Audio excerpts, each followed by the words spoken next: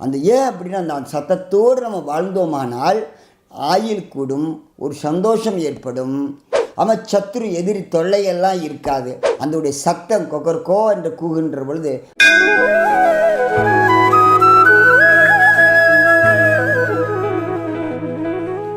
அறிவோம் ஸ்ரீவோம் கோடான கோடி நமஸ்காரம் அனைவருக்கும்.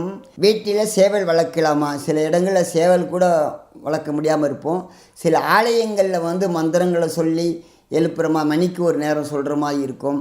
சில வீட்டில் இடம் இருந்தால் சேவல் வளர்க்கலாமா அப்படின்னா வளர்க்கலாம். சில வீட்டில் என்னென்னா வளர்க்கக்கூடாதுன்னு சில பேர் ஏன்னு சொல்லுவாங்கன்னா, கோழி வளர்க்கக்கூடாதுன்னு சொல்லுவாங்க. சேவல் இருந்தால் பாம்பு சர்ப்பம் வரும்னு சொல்லுவாங்க. அந்த வாடகைக்கு தூய்மையாக வச்சுட்டு டட்டால் பண்ண வச்சுட்டா ஒன்றும் பிரச்சனை இல்லை. அப்போ சேவல் வளர்த்தா என்ன செய்யும் அப்படின்னு கேட்டிங்கன்னா, தீய சக்திகள் வராது. முருகனுடைய வாகனம் சேவல். முருகனுடைய அழகை பற்றி சொல்லலாம், செயலிலை பற்றி சொல்லலாம். சரவண பவா என்று சொன்னாலே போதும், ரொம்ப சித்துக்கள் விளையாடும், நிறைய அருள்நிலை கிடைக்கும் முருகா என்று சொன்னார். அழகு.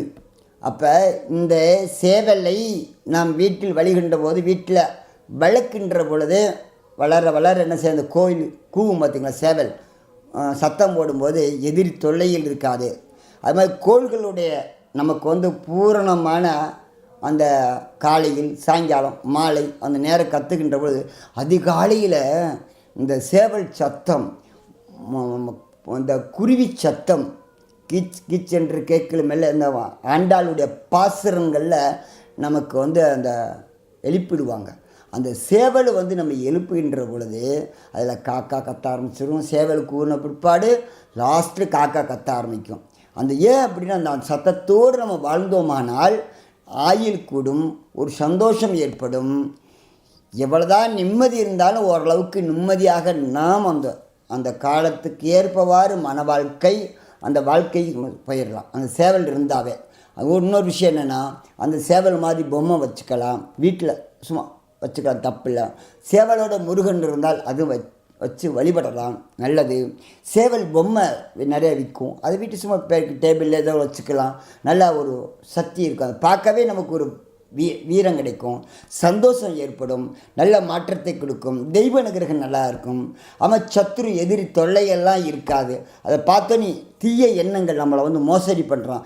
வியாபார ஸ்தலம் கூட சேவலை வச்சுக்கலாம். சேவல், மயில், வேல் இதெல்லாம் வச்சு, எலுமிச்சம் கனி இதெல்லாம் வைக்க போகும்போது அந்த தீய எண்ணங்கள்லாம் நம்மளை மோசடி பண்ணுறவங்க கூட கொஞ்சம் பயம், ஒரு உணர்வு தூண்டிவிடும். இந்த சேவல் இருந்தால் நல்ல மாற்றத்தை கொடுக்கும், நல்ல வாய்ப்பு வரும். அது மாதிரி சேவல் பழனி முருகன் கோயிலுக்கு போகும்போது, திருச்செந்தூர் கோயிலுக்கு போகும்போது சேவல் தானமாக கொடுக்கலாம், இல்லை சேவல் வீட்டில் வளர்க்கலாம், நல்ல மாற்றத்தை கொடுக்கும், தெய்வ அனுகிரகம் நல்லா இருக்கும்.